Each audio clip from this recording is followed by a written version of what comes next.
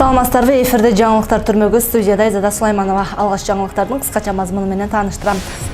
Сыймык Жапыкеев Ысык Көл облусунун прокурору болуп дайындалды. Мирлан Бакиров мамлекеттик мүлктүн төрагасы болду. Кургак учук чуктурган аскерлердин саны 24-кө жетти. Экономикалык кылмыштарга каршы күрөшүү кызматынын мурдагы төрагасы Сыймык Жапыкеев Ысык Көл облусунун прокурору болуп дайындалды. Тийиштүү буйрукка башкы прокурор Курманкул Зулушев кол койгон. Буга чейин Ысык Көл облусунун прокурору Белек Калыков болгон. Ал кайсы кызматка өткөнү же орду жок калганы тууралуу азырынча так маалымат бериле элек. Белгилей кетсек, Кыргызстанда 3-февралда жаңы өкмөт ишке киришкен. Премьер-министр Улукбек Марипов талапкерлиги парламентте каралып жаткан өкмөттүн курамындагы мекемелер 48ден 16га азайтылганын билдирип, бул мобилдүү өкмөт түзүү башкаруу системасынын оптимизациялоо аракети экенин айткан.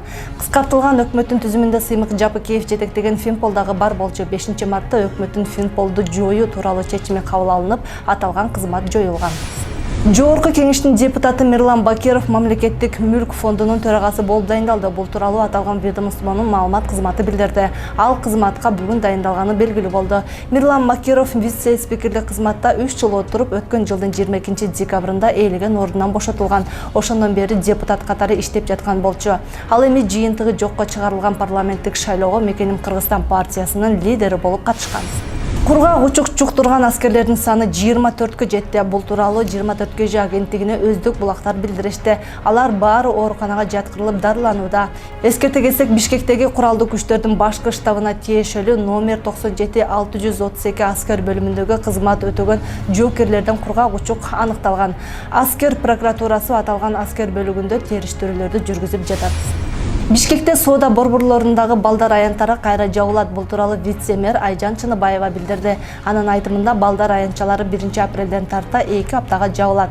Эпидемиологиялык кырдаалды сактоо үчүн соода борборлорундагы санитардык талаптар күчөтүлөт. Бул тууралуу убактылуу чара көрүлөт, дейт ал. Вице-мэр коомдук транспортто дагы текшерүүлөр күчөтүлүп, бет кап тагуу зарылдыгын белгиледи.